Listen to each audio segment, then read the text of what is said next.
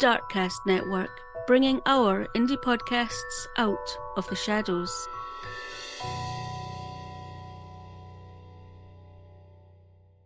As you know, Scottish Murders is now part of the Darkcast network, and so, as a special treat for Valentine's Day, many of the podcast hosts on the Darkcast network came together to tell you some spooky and crime-related Valentine stories. Here's part 1. Part 2 will be released tomorrow, along with Scottish Murders' normally scheduled episode. Roses are red, violets are blue. We have something dark planned for you. We're so glad you can make it here to join the Darkcast network on a not-so-sweet sweetheart's date this Valentine's Day. During the dinner portion of our date, some of the Darkcast network's best podcasts will seduce you with stories about the origin of Valentine's Day, along with sinister tales of murder and hauntings. Hi, my name's Laura. And my name's Gill. And we are the hosts of Crime Divers Podcast. And we are going to tell you today about a Valentine's Day murder.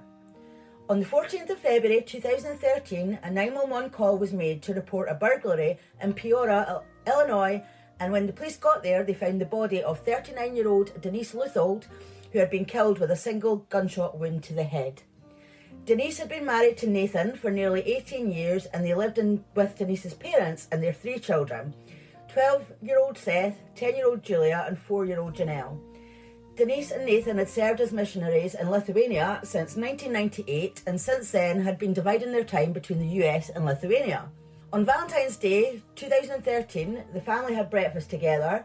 Nathan had put chocolates and flowers on the table for Denise, and the children were allowed a wee chocolate before heading off to school and nursery.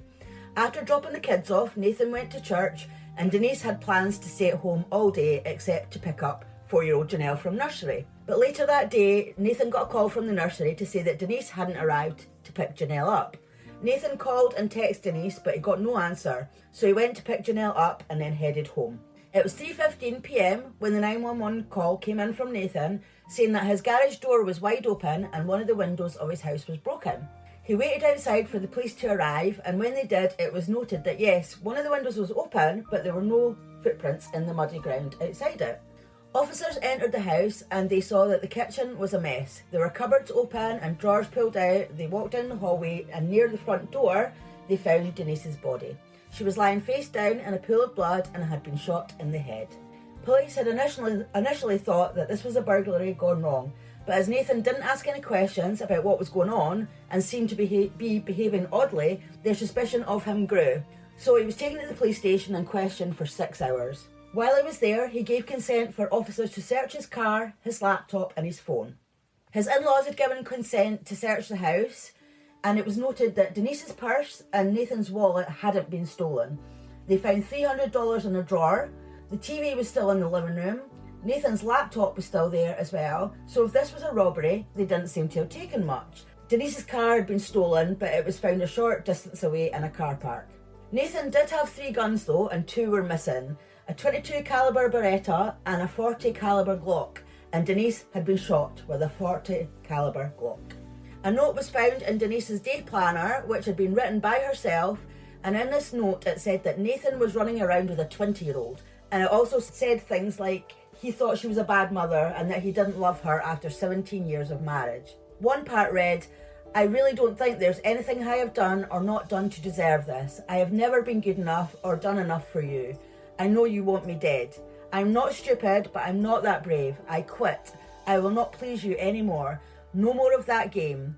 If I haven't pleased you in 17 years, then nothing I will do it." So, who was this 20-year-old that Nathan was having an affair with? Well, this was Anna Dobalate. She had met Nathan and Denise in her home country of Lithuania when she was just 6 years old. Her family were very much involved with the church, and the 2 families were friends and kept in touch over the years. When Anna was 18, the Lutholds decided to sponsor her as an exchange student as she wanted to study ministry work and music. She attended college in Florida from 2010 to 2011, and her and Nathan would stay in about 20 hotels in total during that time. When her school found out, she was made to withdraw from the programme. I'm assuming this was because she was studying ministry work and it wasn't appropriate for her to be having an affair with a married man. So she moved into the home of Nathan, Denise, her parents and their children. Nathan and Anna would spend spa days together and Nathan would pay for everything. So Anna would be getting massages, her hair done and many other treatments. He also took her away on holiday to Europe in the summers of 2011 and 2012, and they even had a shared bank account so that Nathan could put money in for Anna to spend on food, clothing and general living expenses. Armed with this information and the fact that there were witnesses on that Valentine's Day, Nathan was arrested. In court, a neighbour called Diane Parish stated that she was leaving her house at about 12:20 that day with her husband as she noticed a man walking along the street towards Luthold's house and thought he looked suspicious as he was only wearing a hoodie and it was about minus 10 degrees Celsius or 14 degrees Fahrenheit. So she asked her husband to slow down so she could get a good look at him, and she later positively identified him as Nathan Luthold. So this placed Nathan at his house close to the time of Denise's death and not at church like he said he was. Another witness said that she was visiting her sister who lived nearby and she heard a gunshot at about 12:30 that day. So that would have lined up with the time that Nathan was seen by Diane Parish heading towards home. When Anna was questioned, she said that she had never told Nathan she loved him, and at first denied the relationship, but an email was produced in court from Anna to Nathan, and it partly said, quote, "I let you down. From now on, I want to do all that I can for you and this relationship. I am so blessed to have you in my life," end quote. She denied having any part in Denise's murder, but she did act a bit suspicious. When Nathan texted Anna on the day of the murder to tell her that their house had been burgled, she replied, "Interesting," with a smiley face. She later agreed that this wasn't an appropriate response. What was interesting was that Nathan's parents were paying for Anna's attorney and they told her not to talk to the police. This money was from an account that was set up for the Luthold children. Anna didn't attend Denise's funeral, which was seen as very strange since they lived in the same house, had known each other since Anna was 6 years old, and Denise had helped sponsor her to study in the US. So of course, everyone wondered why, if Anna wasn't having an affair with Denise's husband, why wouldn't she attend a funeral? While Nathan had been on remand, he had been an inmate with a guy called David Smith, and they struck up a friendship. After they had been friends for a while, Nathan asked David for legal advice on a hypothetical situation. But David told Nathan he had to be honest with him.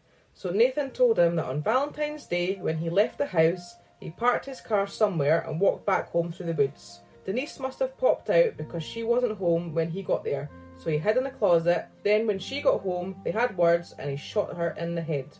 David also said that Nathan had considered poisoning Denise at first, but then decided on shooting her instead. And when investigators searched his laptop, they saw that he had looked for a silencer for a .40 caliber Glock. There were also searches for how to hide the sound of a gunshot, how to silence a Glock 40, and also searches for giving someone who is not diabetic insulin. He had also looked for other ways to murder someone and how to erase an iPad, but he obviously didn't manage to do that. Nathan told David that killing his wife was a Valentine's Day present to his girlfriend. It took the jury just 90 minutes to find Nathan Luthold guilty of murdering his wife Denise Luthold, and he was sentenced to 80 years in prison. Thank you for listening, and if you'd like to hear more from our podcast Crime Divers, then you will find us on your favourite podcast platform. Hello, my name is Jackie Moranti, and I'm the host of Cause of Death 100 Seconds to Midnight. My show is all about the things not true crime that will kill you. I talk about science and global crises through the lens of my past experience as an infectious disease researcher and history. You'll love it. Just go listen. Today, I'm going to talk about something that is true crime. Sorta. I'm talking about the St. Valentine's Day Massacre. Prohibition was a disaster. It was called the nation's noble experiment, but it was a total and outright failure. One of the more serious problems that came from it was gang violence. Don't think this just came up in the last 20 years. No. Anytime there is a black market for anything, gangs will be involved. And in the Roaring 20s, when Prohibition was at its peak, gangs were everywhere. Liquor was still flowing, and bootleggers and syndicates were providing it. Let's take a trip back in time. It's February 14th, 1929. and 2 police officers enter a warehouse at 2122 North Clark Street in Chicago. This warehouse was where George Bugs Moran stored illegal alcohol prior to sale. 7 of his enforcers from the Northside gang were keeping an eye on the warehouse. At some point, 2 men dressed as police officers kicked in the door. The men inside assumed that it was a raid, and everyone just lined up against the wall to be frisked, arrested, and processed. It was just another day at the office. What happened next was complete mayhem. Once the, quote, police had the gangsters lined up against the wall, 2 more civilian men joined them. All 4 threw back their jackets, pulled Tommy guns, and began shooting. 70 shots were fired, and no man was left standing. When the smoke cleared, all 7 men from the Northside gang were dead or dying on the floor. The 4 men who had done the shooting just turned and walked out the door. Liquor was a lucrative but very dangerous business in the 20s and 30s. Bugs and his Northside gang were bitter rivals of Al Capone. After taking over operations from former mob boss Johnny Torrio in 1925, Capone ran his outfit with an iron fist, and he was known to gun down anyone who got in the way of his success. Capone was the only suspect in the murders. One of the enforcers who was shot, Frank Hawk Busenberg, was still alive when the real police arrived. He refused to say anything about who had done the shooting, though, and he died a short time later from his injuries. Bugs Moran would also look at Capone for the murders. He had not been at the warehouse that day, but there had been bitter feuds among both gangs for months. The Northside gang was the only thing in the way of Capone dominating all the gang activity in Chicago, and Capone wasn't about to let that opportunity slip by. For months, the battle raged between the 2 syndicates all over Chicago. Moran's gang would hijack Capone's shipments, kill his allies, and continue to compete for business. Capone's gang would retaliate in much the same manner. After the massacre, Moran would tell police, "Only Capone kills like that." Capone was in Florida at the time, so his alibi was solid. But he had a whole syndicate working for him. He wasn't short of men who would do the deed if he paid them enough. No one was ever tried or convicted of the murders, but Al Capone would forever be surmised as the man who orchestrated the killings. The massacre did what Capone intended.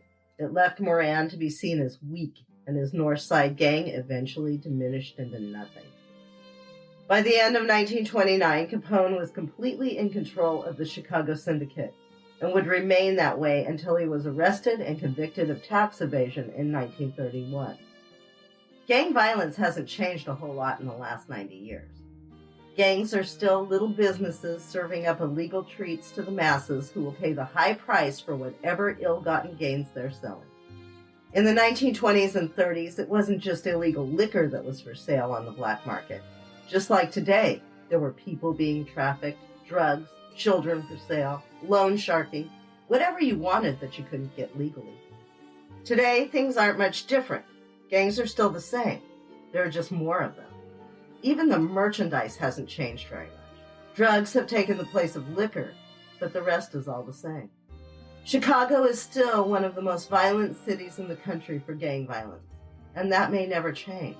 The warehouse where the St. Valentine's Massacre occurred was torn down in 1967, so all that's left there are memories. But those memories are strong in Chicago. It's an historic connection to the present, but it's not a good one. Unfortunately, it doesn't look like it's going to change anytime soon. I'll be talking more about gang violence and the causes in a future episode. Until that comes out, there are 56 more episodes to binge on my feed. Go check out Cause of Death 100 Seconds to Midnight. I want to thank the Darkcast Network for letting me tell this story, and I want to thank all of you for listening. Hi, this is Molly. And Cody. And we're from Over the Fence True Crime Podcast. We're former neighbors, co-workers, co-hosts, and number 3 on each other's children's emergency contact cards. True story. And you can find us on your favorite podcast streaming platform. And tonight we have the case for you of the Sweetheart Murders. Sabrina Gonzalez and John Riggins lived in the town of Davis, California in 1980 when they met while working for the town's recreation department. Their relationship was really just blossoming. Even at the age of 18, these two had big plans for their own lives, individually, but also as a couple. They wanted to get married and have a lot of kids, but first they had plans to attend the University of California, Davis, also known as UC Davis. Sabrina was a beauty inside and out. She was kind and a caring soul with a love for animals. She wanted to be a physical therapist. John was what you would think of as a quintessential American hometown hero. He thrived in high school sports and was revered in the community. He was handsome and stood out with his red hair and green eyes. John was an aspiring doctor, and he wanted to follow in his father's footsteps, who was a prominent physician. These two seemed to be meant for each other and had the world at their fingertips, and they were adored by all that knew them. On the evening of December 20th, 1980, a thick fog had settled over the town of Davis. Sabrina and John were due at her older sister's surprise birthday party on this evening, but once the party was over, it was noticed by all that Sabrina and John had never arrived. What at first began as a disappointment in her younger sister for not attending her party turned into great worry. It was uncharacteristic of Sabrina and of John to not show to such a big party, and then to continue to be unable to be reached afterwards. Panic set in the following morning when the two were still nowhere to be found. Again, the prior night, December 20th, was extremely foggy winter night. So the first thought of the Riggins and Gonzalez families were that the couple had gotten into a car accident. When they weren't able to find the vehicle immediately and didn't hear of any accident from the hospital or police, the family reached out to the Sacramento County Sheriff's Office to report the couple as missing. And in true 1980s fashion, the police stated that they had to wait 24 hours before they could begin the search. But the police really felt that the couple had just run off and eloped. The families knew that this wasn't the case. They also knew they weren't going to wait around for 24 hours for the police to take action. However, despite the family's search efforts, it was still the police that made the first discovery, which would lead to some answers, at least as to where Sabrina and John were. It was when police finally started their search, which was about a day later, that they found John's van, abandoned about 20 to 30 miles outside of Davis. The vehicle had obviously been rummaged through. Several hours later, the bodies of John and Sabrina were found in the brush nearby. John had suffered a blow to his head, his mouth and eyes were duct taped, and his throat had been cut. Due to the blow to his head, it was presumed that John had tried to fight against his and Sabrina's murderers. Sabrina's throat had also been cut, and she had been covered with duct tape in the same fashion as John, so eyes and mouth. In addition, there were signs that she had been sexually assaulted. These were quickly coined by media as the Sweetheart Murders. What was clear was that the perpetrator had come prepared to commit these crimes, hence the duct tape and the abandoned vehicle. To leave a vehicle abandoned, there had to have been a plan or a means to get away. What the police were able to take away from the crime scene was clothing from the victims to test for bodily fluids, along with a blanket that was intended to be a gift for Sabrina's sister that was in the van. It had originally been wrapped, as it was a present, but it had been unwrapped, likely by the attacker or attackers, and appeared to be soiled. In addition, the van had hundreds of latent fingerprints for investigators to process. The police were able to piece together that the killer had been waiting for John and Sabrina to leave the house that night, and the fog had acted as a perfect cover for their evil intentions. A composite sketch was made of the suspect, and let me tell you that this is probably one of the most terrifying composite sketches I've ever seen. The suspect looks like a straight-up wild man. However, despite a composite sketch, though, bodily fluid samples and fingerprints, there's no suspects. No one knows why anyone would want to do this couple any harm. Right. And it wasn't until about 6 years later, when a tip led police to look at a similar double murder of a couple in the Sacramento area that had taken place about a month prior to the murder of John and Sabrina. This was the murder of Mary Beth Sowers and Craig Miller, two Sacramento State students. For those of you unfamiliar with the area, Sacramento is just about 20 minutes from Davis. When both of these individuals had been found, they were found in remote areas. They were found separately from one another, which was a little different, but both had been shot, and Mary Beth Sowers had been sexually assaulted. You can see some parallels, and ultimately Gerald and Charlene Gallego, yes, a married couple, were found responsible for the murder of Mary Beth Sowers and Craig Miller, along with the murders of 8 other young women. Talk about a match made in hell. Yeah. We have like the sweetheart couple and then the couple from hell. But getting back on track, police start trying to find parallels between the two cases, more of them to link them together. But Gerald Gallego had an extremely solid alibi for the night that John and Sabrina were killed. He was in jail. Oh, well, that's going to do it. However, police think, okay, maybe it wasn't that Gerald didn't commit the murder, but maybe it was done on his behalf to clear him of his guilt of the other murders. Like, oh, the person's still out there doing it. Police thought maybe John and Sabrina's murders were a copycat crime. And who would go through the killing of 2 innocent people to clear a guilty man from their connection of the killing of 2 other innocent people. Doesn't make a whole lot of sense. Well, the brother of the murderer, of course, Gerald's brother, David Hunt. Specifically, that's who would do it. So he was a career felon with just a prior kidnapping charge, but the police didn't think he acted alone.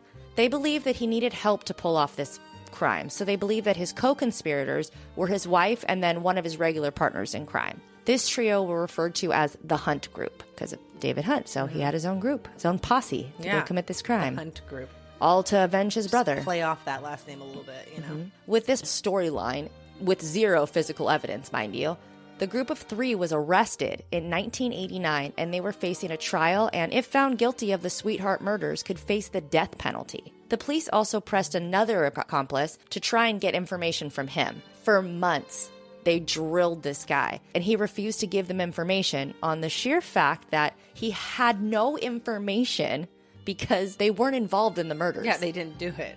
But after this accomplice won't flip on his friends because there literally wasn't anything to flip on, he was actually also arrested for his involvement in the Sweetheart murders. Oh my gosh. So you have 4 people in jail. In January of 1993, after most of the Hunt Group had been in jail for nearly 3 years at this point, it's the night before the Hunt Group is to go to trial, and a key piece of evidence is uncovered. That blanket that had been found in the van that I mentioned that was a gift for her sister, it had been sent to the lab for processing back in 1980. There were 4 semen stains on it. And 12 years after it had been sent to the county crime lab, those stains were processed. It seems that the blanket was just never turned over when it was processed. And the semen stains were on the opposite side of the blanket that the crime lab processed. But thankfully, they finally did, because on the night before trial, they asked for samples from everybody, and I think one of them was advised not to give a sample, and he said, hell yeah, I'm giving a sample. I know my DNA is not on that blanket, and this is the only thing that's going to clear me. Right. So they tested those semen stains and samples against everyone in the Hunt Group, and the samples didn't match a single one of them. Wow. And they were all released. So in the early 90s, there was no DNA database to compare the DNA, so they needed someone to compare it to. So that's how they did that with the Hunt Group. They had the samples. So once they had cleared the members of the so-called Hunt Group, investigators were basically back to square one. However, at least now they had a DNA sample for comparison if they were to come across another potential suspect or lead. Right. Unfortunately, the case went cold for about another decade. In the early 2000s, with the evolution of DNA technology, a journalist by the name of Joel Davis that attended high school with John Riggins, he prodded the cold case unit of this area, particularly about this case. He's like, reopen that case, run it again with the technology we have now. Cold case units only open certain cases up again. So with his prodding and persistence, they did. Because at this point in time, there was an FBI DNA database to run comparisons to. So he was like, just give it a shot. And they did. And there was a hit. And what a hit it was. The DNA sample concluded a match, which was 1 in 240 trillion. Well, that's quite the match. So the perpetrator, Richard Hirschfield, a convicted sex offender with victims that were both children and adults. Oof. After obtaining the DNA hit, police were also able to place him with likely being in the area at the time of the murders. Not only did he have known associates that lived very close to where Sabrina lived in Davis, his brother Joseph lived relatively close to where John and Sabrina and their van had been found. Investigators knew they needed to talk to Joseph because it did seem that Richard may have needed some help in the commission of this crime. Richard would have needed a ride, or at the very least, even if he didn't have an accomplice, they would need to question his brother regarding Richard's behavior around the time of the murders. When they go to question Joe, investigators recognize that he is literally, visibly shaken when investigators discuss the presence of DNA evidence at the crime scene. After investigators left, the very next day, Joseph goes into his garage and completes suicide by carbon monoxide poisoning. Wow. He left a suicide note, which some of it's been redacted, but it does include the following statement. Quote, I have been living with this whore for 20 years. Richard did commit those murders, but I was there. I didn't kill anyone, but my DNA is still there. Although we do not know what his actions were at the crime scene, we know that he opted for suicide instead of seeing the outcome of whatever his actions were that day or that evening. Well, then you probably, if he didn't do it, you'd assume he probably helped move the bodies. Yeah. In his suicide note, he also apologized to his wife, who was none the wiser. He had never confided in her about this. They, by all means, had a happy relationship, a happy marriage. She didn't even know much about his brother, Richard. just that they didn't have much of a relationship because he hadn't even been in his life very much. Really? After more than a decade of defensive tactics and appeal, the case against Richard Hirschfield finally went to trial on November 5, 2012. A jury of 7 men and 5 women deliberated less than 3 hours, and Richard Hirschfield was found guilty in the murders of both John and Sabrina. In January of 2013, the judge upheld the death penalty sentence. Richard Hirschfield currently sits on California's death row in San Quentin. As a tribute to the 2 young lives that were lost way too soon and before they had a chance to reach their full potential, on the grounds of the University of California Davis campus, a tree stands in the memory of the 2 murdered college sweethearts, and the Warm Remembrance Family Play Area stands in the Davis community to honor John and Sabrina's legacies.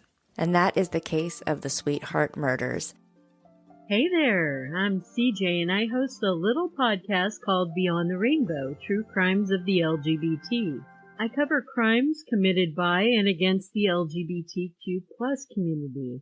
My show is not just for the LGBTQ, it's for everyone. So please check it out. And as always, I'm proud to be partnered with Darkcast Network. The newlywed couple of 38-year-old Rosina Vale and 39-year-old Tiffany Noden, well, their relationship was anything but sweet. Don't get me wrong here. It had its sweet moments, as most relationships do. But the sour moments were downright devastating.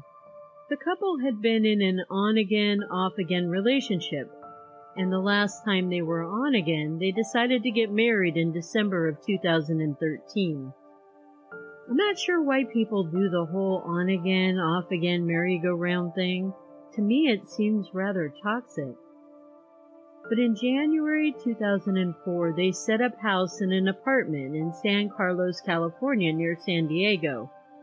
As far as children, the couple owned 2 fur babies, dogs, and Rosina's human daughter lived with her dad in the San Diego area. Prior to this, they lived in Colorado, but they moved to San Carlos to be where Rosina grew up. She was now physically closer to her dad and daughter. After 6 months of marriage and living together in their San Carlos apartment, the honeymoon was over, as the saying goes. Neighbors reported major fights between the couple where the police had to be called to break things up. But during their sweet days, they'd walk their dogs together, and during their not-so-sweet days, expect the police to visit.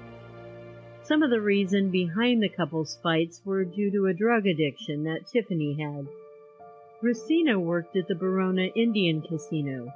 In May, Tiffany showed up and caused a scene here between her and Rosina. It was so heated, Tiffany had to be escorted off the casino's property. And this bothers me. You never screw with someone's livelihood. I had an ex who would do this to me as well. Hey, this is my job, woman. Go away. Fight with me at home. It wasn't like she wasn't benefiting from my paycheck. Sheesh.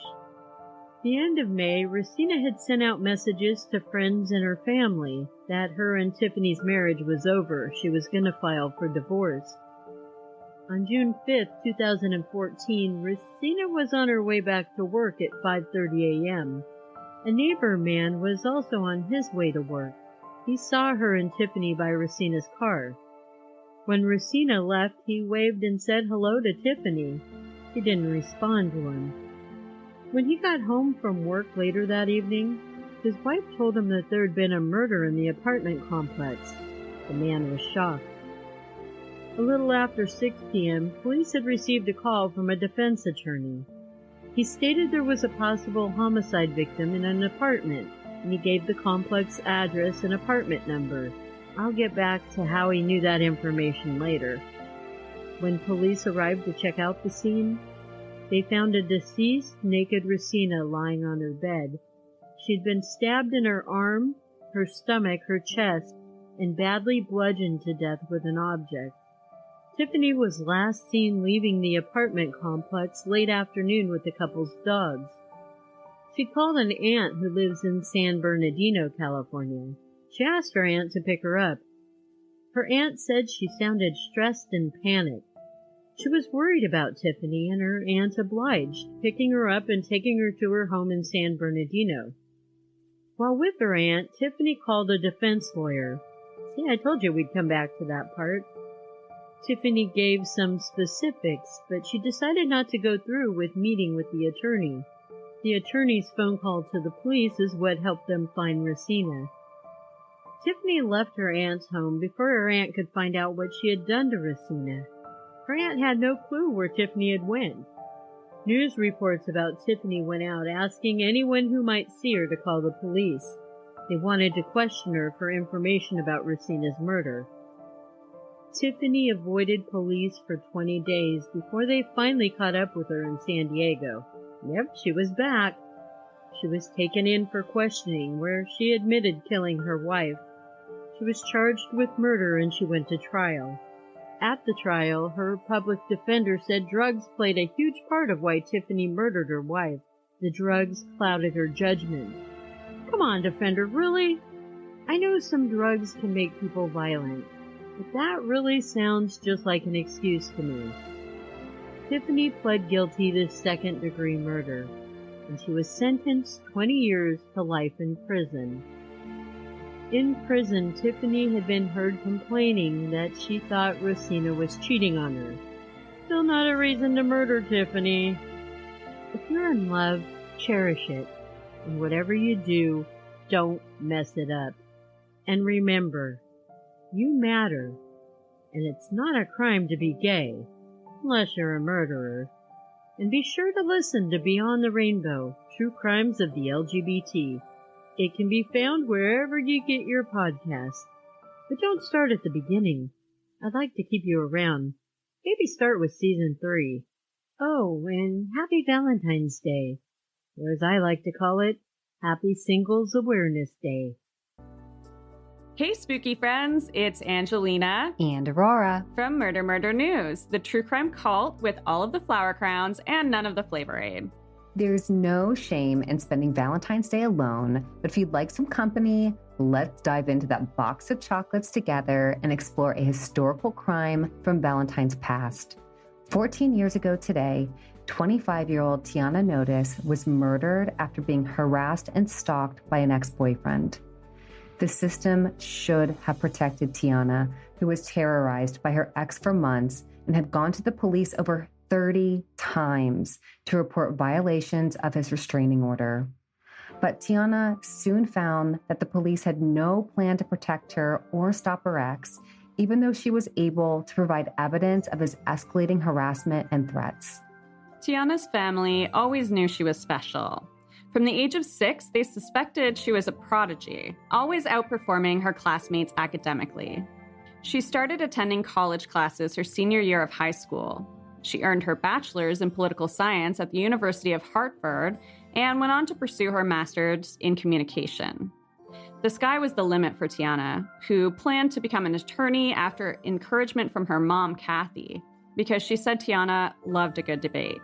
While in school, Tiana dated her college sweetheart, Robert, but after 5 years together, they ended their relationship. Dating apps were not a thing in the 2000s, and meeting people online through social media still felt a little scary and embarrassing. In 2007, Tiana met James Carter on MySpace. She wasn't looking for anything serious after ending her relationship with Robert, but she agreed to meet up with James, but settled on a place in public, just to be safe. James seemed to check all of her boxes. He owned his own home, something almost unheard of today. He was a manager at a finance company, and he didn't have children yet. But Tiana would later find out that everything he told her was a lie. 6 months into the relationship, James was arrested for domestic abuse of a previous girlfriend. He was sentenced to 6 months in prison. This was a big wake-up call for Tiana. Not only did she now know James was capable of violence, but she also found out the incident had taken place while he was cheating on her. She soon learned that this was not the first time he had been arrested for a violent crime, and he had a rap sheet for other crimes, including assault. Tiana broke up with James, but once out of jail, the stalking started. Tiana got a restraining order against him. When her dad, Alvin, asked what had happened, Tiana responded, quote, "He's just bugging me. He won't leave me alone." When James found out Tiana had filed a restraining order against him, he reciprocated by filing one against her. He told police that she had punched him in the face and kicked the taillight out of his car. Even though he didn't have an injury, he was granted the restraining order. But James was just getting started. Tiana started receiving emails from an account named Jessica Banderas stating she was the ex-girlfriend of James. The emails contained messages saying things like, "Trust me, baby girl, you're going to lose everything." And, "As God is my witness, punishment is on the way, so be prepared. You will have bad luck, you hear me? Remember this email when karma bites you in the ass." On January 13th, 2009, Tiana went back to the police with harassing emails from James. The police told her that unless she could prove the emails had come from him and not his ex, there was nothing they could do. In the meantime, she continued to receive emails from James, and he was calling her at the university where she was working. He started showing up at her apartment, her job, and even while she was out shopping. Tiana attempted to report him to the police again and again and was sent away each time. She told her mother they had treated her like dirt and insinuated she was lying. Her mother, Kathy, was so frustrated that she too called the police, telling them she wasn't about to let her daughter become a statistic. The officer shrugged her off, telling her nothing would happen to her daughter. James filed another restraining order against Tiana, claiming she had sent him a flyer with her name, picture, and phone number on it. And at this point, things escalated to the point where they both had to appear in court. Tiana brought the emails from James as evidence, and since he hadn't really received a flyer from Tiana, he came empty-handed. They were given 6-month restraining orders against each other, and James continued to escalate. On February 7th, 2009, Tiana's tires on her car were slashed at her home. She knew it was James, but couldn't prove it. Her dad, Alvin, wanted to help and decided to install security cameras at her apartment. He installed cameras, with one pointing at her car in the parking lot. That night, Alvin also coached Tiana on what to do if she was under attack. They role-played an attack and safety plan just in case she needed it. On February 13th, the abuse continued. James called her work. A coworker agreed to act as a witness of the harassing calls. When she went to the police station, she was told by an officer that the restraining order was fake. They told her they would only accept it if the police station that issued the restraining order faxed it over. Why they couldn't recognize a restraining order and why they couldn't call the police station on her behalf, we'll never know. But it's just one bad call made by a series of officers that resulted in Tiana's murder. In all, Tiana had filed over 30 complaints against James, and nothing was ever done to protect her. That night, Tiana got home from the police station at 7:20 p.m. to find a note on her door from James. The note read, "Tiana, forgive me. I never cheated on you. If I'm lying, may God take my life. Forgive me for everything else I have done." On the morning of Valentine's Day 2009, Tiana attempted to enlist the help of those who swear an oath to serve and protect us one last time. She went to the police station where she had been granted a restraining order with the note left by James the prior evening. She was told they would contact James, have him provide a handwriting sample, and assuming he had left the note, they would arrest him for violating the restraining order. But that's not what happened. Instead, they called James and basically just scolded him. They told him if he violated his restraining order again, they would have to arrest him. James was now furious that Tiana had turned him in, and a man with a history for violence was on the loose. Tiana, not knowing that James hadn't been arrested, was in the mood for a celebration. Alvin warned his daughter not to go near her home until he had been arrested, and Tiana decided to play it safe and stay with her mom for the weekend. She stopped home quickly to get a bag and some laundry to bring to her mom's. In the meantime, the now angry James hid in the shadows behind Tiana's apartment, waiting for her to get home. As Tiana approached her front door, James snuck up behind her with a knife.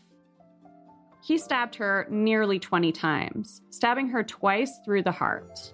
Tiana cried out and a neighbor came to help. She was able to call 911 at 9:41 p.m. Here's her panicked call. I'm bleeding to death! Where are you? I'm bleeding to death. Stay on the phone with me. My ex-boyfriend just stabbed me to death. Who's there with you? Who's there with you? You're not gonna die. You're not gonna die. Now stay on the phone with me. Tiana lost consciousness during her call to 911. She was rushed to a nearby hospital but didn't survive. James was arrested an hour after Tiana died and was charged with her murder. Between Tiana naming him as her attacker in the 911 call and the video from the surveillance camera, there was plenty of evidence against him. In 2012, he was found guilty and sentenced to 60 years in prison. Tiana's family worked with the Connecticut state senator to fight for tougher laws against domestic violence. They also started the Tiana Angelique Notice Foundation to provide educational resources to prevent domestic violence. In 2014, Tiana's family also won a $10 million wrongful death lawsuit against the officers who ignored her plea for help.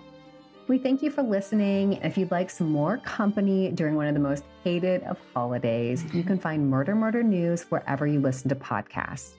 New episodes come out every Friday, each one featuring a story from the corresponding week in true crime history, told from a victim-first standpoint. Happy Valentine's Day, spooky friends. Happy Valentine's Day. I'm Dawn, the host of the podcast Scottish Murders, which focuses entirely on murders that have been carried out in Scotland or murders of Scottish people. So, obviously, our Valentine's-esque story for the Darkcast Network Not So Sweet Sweetheart episode is a tale from Scotland. The Scottish Highlands are well known for their dramatic landscapes, beautiful castles, and truly fascinating history. And for Valentine's Day, what could be more romantic than visiting the iconic Elandonan Castle, where many a couple have tied the knot? Or the peaceful and beautiful Isle of Skye, which was placed at the top spot by a Visit Scotland survey of the most romantic places to visit, where couples can relax and enjoy a quieter, more sedate but absolutely breathtaking Valentine's Day. Glencoe, also located in the Scottish Highlands, is a glen shaped by volcanic activity, is the home of Scottish mountaineering, and is popular with hill walkers and climbers. However, Glencoe is also known for sorrow and heartache, as on the 13th of February 1692, an eruption not of the ancient volcanic activity of millions of years ago, but of betrayal and violence took place, which was triggered by events a few years prior.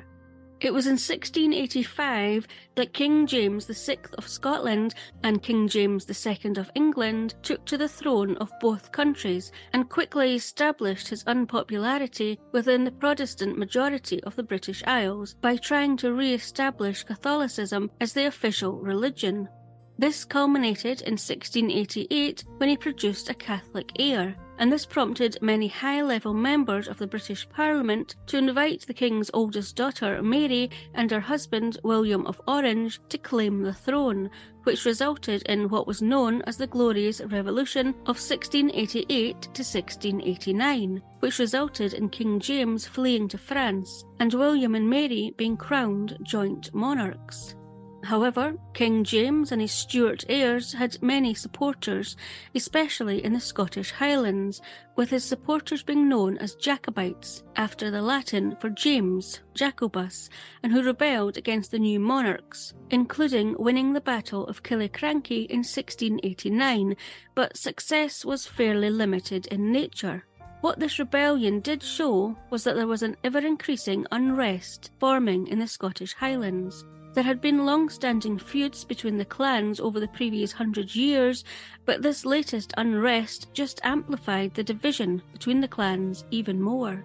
King William III, formerly known as William of Orange, offered to pardon the Jacobites who took part in the uprising, but only if their clans swore an oath of allegiance to the new monarchy by January 1st, 1692, an offer that originally had a financial incentive but was really just a threat that their clans either pledge their allegiance or be punished. This was further proven when government forces were positioned at a new fortress, Fort William, and were attacking Jacobites' strongholds, which would only be stopped by accepting the king's offer. So despite their loyalties to King James, he agreed that the clans that were loyal to him could be released from their pledge, and sent word from France. News reached the MacDonalds, who were one of the clans loyal to King James, on the 29th of December, 1691. So with only a few days to go before the deadline, Chief MacIan made his way to Fort William to give the oath of allegiance to William III. However, once there, he was told that no one present could accept his oath, but instead he was told to make his way to Inverary, which was 70 miles or 112 kilometres away over mountains and snow in the heart of the territory of the Campbells, who were historic rivals of the MacDonalds. By the 2nd of January 1692, he had made it, and although it was already a day after the deadline had passed, he still hoped his oath would be accepted. However, there would be a further delay, as he found that the person who had to receive his oath, Sir Colin Campbell, was away celebrating Hogmanay. It would be a further 3 days before Campbell returned to Inverary, and he was reluctant to accept the oath, as the deadline had passed days before. However, he did finally agree to accept the oath, allowing the chief of the MacDonald clan to return home, knowing that they pledged themselves to William III. However, the Scottish government was very suspicious of the clans of the Highlands and felt they were savages who needed to be brought under English law. So when news reached Edinburgh of the oath being delivered late, Sir John Dalrymple, the Secretary of State for Scotland, declined the oath.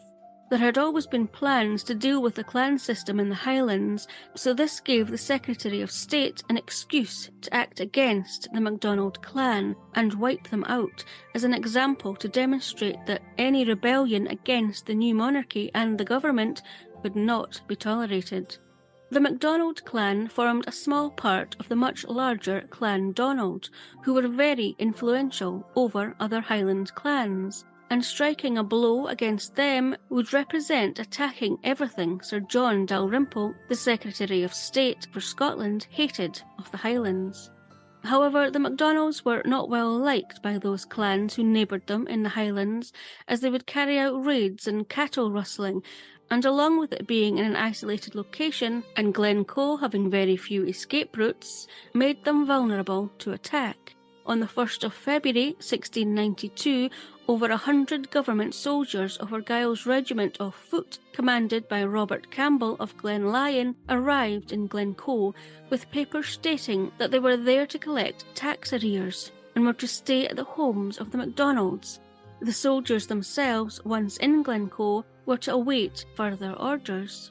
The MacDonalds saw this activity as a test of their loyalty to King William III, so they gladly welcomed the soldiers into their homes in the Glen for around a couple of weeks, which included sharing food from their limited winter supplies as well as drinks. The mood was full of welcome for the soldiers, with many stories being told of ceilidhs being held, games of shinty being played, and even romances between the soldiers and some of the locals.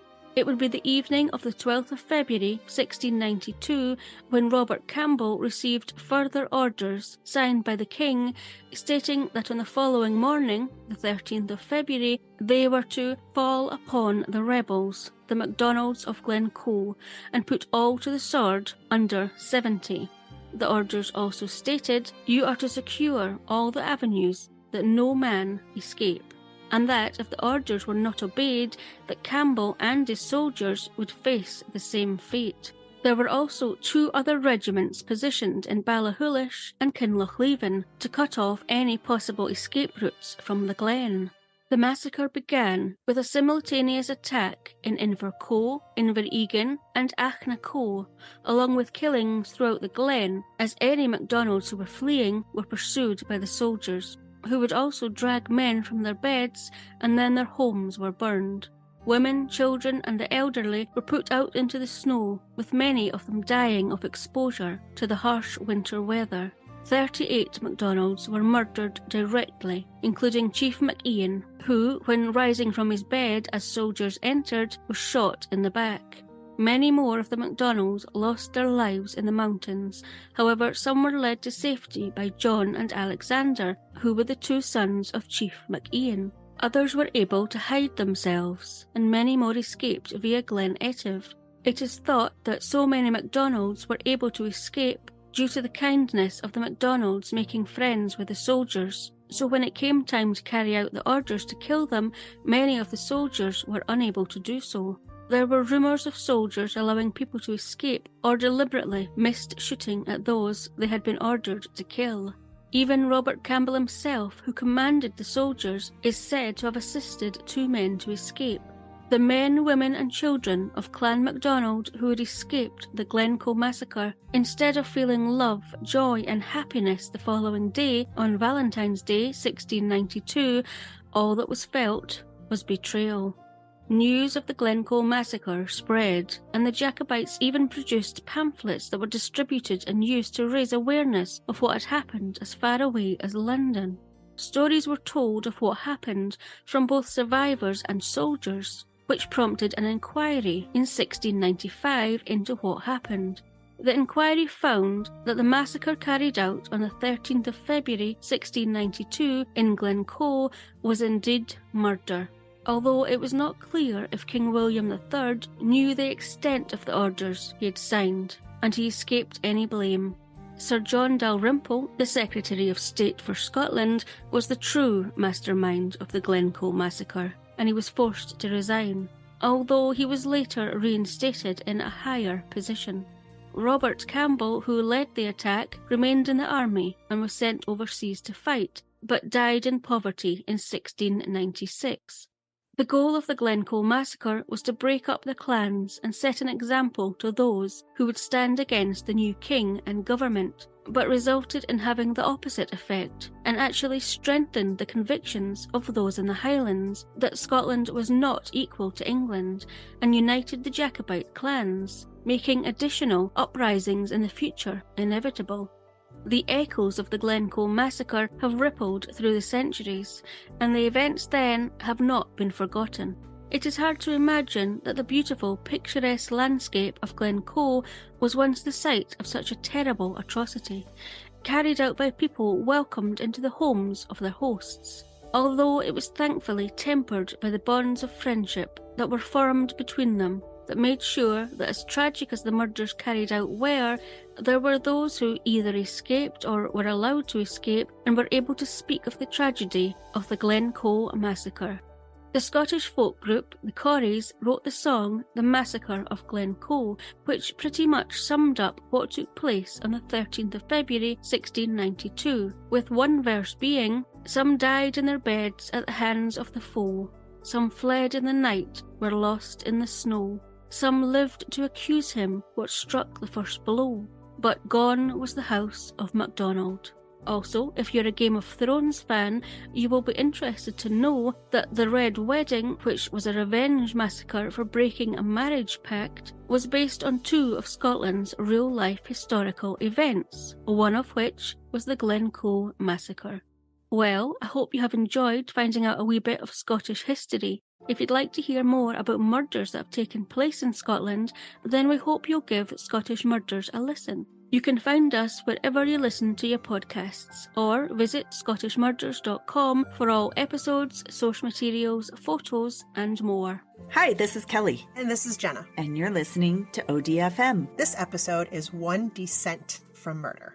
This is a story out of Belgium. So on November 18th of 2006, 12 members of a parachute club went on their weekly skydive where they flew over Flanders.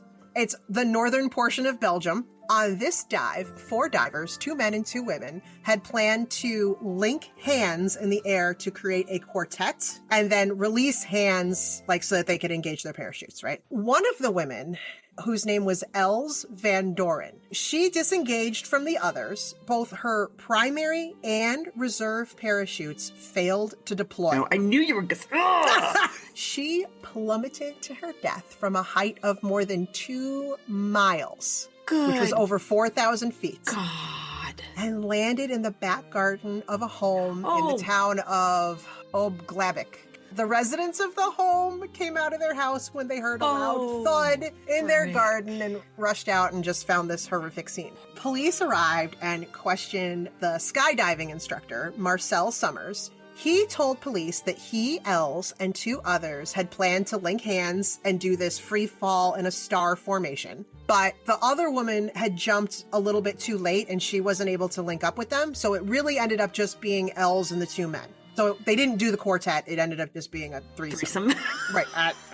Marcel explained that after signaling for the group that it was time to deploy their chutes, he saw that Els was in trouble and he tried to move closer to help her, but he couldn't reach her in time. Even more nightmarish. Oh no. This entire jump was recorded on the woman's helmet camera. Police retrieve the video and they watch it, and it begins as a normal dive, other than the one woman didn't jump in time. Once the 3 people stopped linking hands, she went to deploy her chute and it failed. Police saw that her pilot chute, which is a mini parachute that automatically deploys before the main parachute opens, when she went to deploy her parachute, that thing just blew away. Els was an experienced diver. She frantically tried to deploy her reserve chute, like she knew what to do. But it also failed. And she screamed for more than a mile of her fall.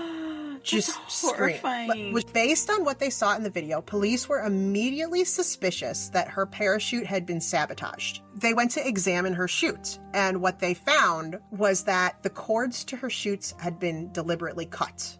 Oh no. So it wasn't like they had torn in the air or something. It was... Right. So, of course, I have to look into her. Els Van Doren was a 37-year-old married mother of 2. She was an experienced skydiver who had performed more than 2,000 jumps in her lifetime. And on the weekends, she went skydiving with her parachute club. So investigators start digging more into her, and they find out that Els was in fact living a double life. She had more than just a love for skydiving. She was having a years-long affair with another member of the club, her instructor, Marcel Summers. When she would spend the weekend skydiving, she would also spend the night at his place. Oh, that's convenient. The weekend before her death, Els was staying at Marcel's apartment when her friend and fellow parachute member Babs showed up. Babs? Babs' full name was Els Cottisman. This Els was a 26-year-old primary school teacher who joined the club just 2 years prior. And when the women became friends, Els Clottisman, she took on the nickname of Babs to avoid confusion between the 2. Babs was the other woman who was supposed to make up the quartet on the day of the incident. When she didn't jump in time to form the maneuvers they were supposed to do, she actually watched the whole thing from the plane. Investigators decided to ask her to come in and give another statement. Just before she was supposed to come in to give this second statement, Babs attempted suicide. So now police are like... This is very suspicious. Does she have something to do with this? Right. While she's in recovery or whatever, investigators are like, maybe we should dig into Babs. Yeah. So they do. And it turned out that Marcel was also having a relationship with Babs.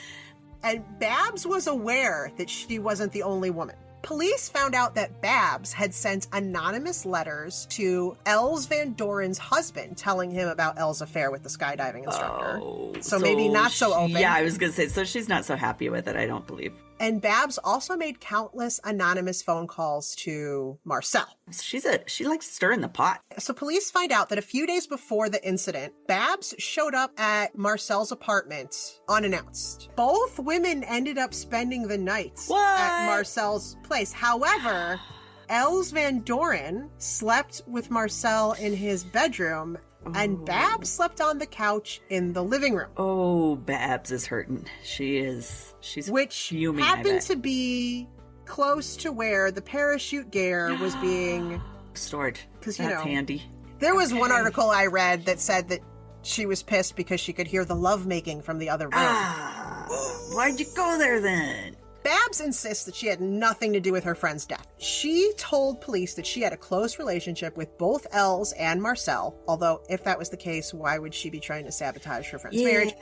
She described it as that Marcel at one point had, in quotes, led her astray, and that they had a brief relationship that fizzled out. So he seduced her, I guess. Oh, okay, so it's all according to Babs. And that was just a short-lived thing. So, but prosecutors thought there was motive and there was the means for her to do this. So they decided to go ahead and charge her with murder. And this was just 2 months after Els Van Doren's death.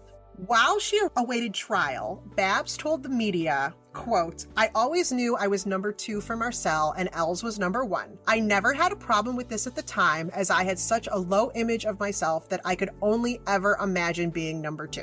Babs claimed that Els was aware of the short relationship she had with Marcel, but that they were close friends. Babs was released on bail in January of 2008 while she awaited trial. Finally, in September of 2010, the trial began. Wow. Yeah, long time, because this started 2006. She was placed on suicide watch during the trial.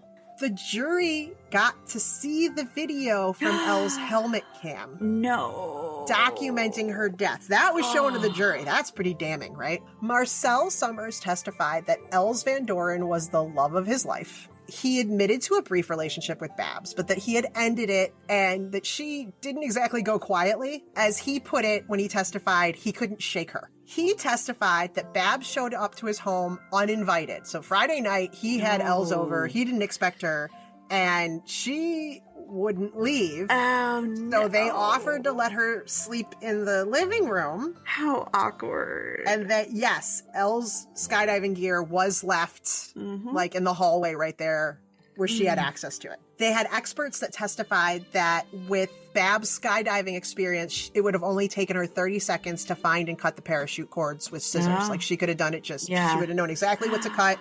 Prosecutors entered into evidence anonymous letters that they proved that Bab wrote to mutual friends about Elle's affair with Marcel, showing that Babs was pathologically unstable at the time of the incident, is what they were trying to prove. Belgian court psychiatrists declared Babs to be, quote, a danger to society and to be, quote, a psychopath with dramatic features.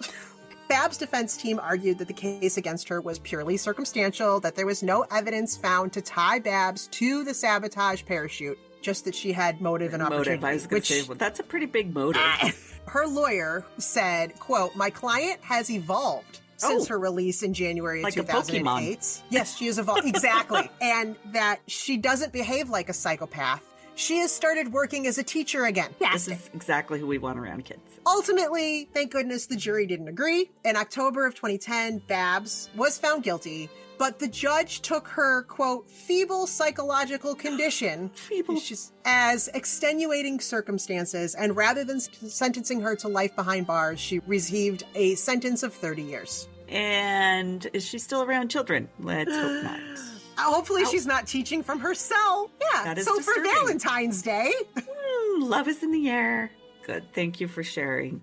And if you guys want to hear more of ODFM, find out all the D words by ODFM podcast. Get the D. Thank you, Darkcast Network. Thank you, Darkcast. We hope this date was one you can tell your friends about. Please join us for the dessert portion of our Not So Sweet Sweethearts special so we can woo you with our decadent chocolate lava cake and spooky stories.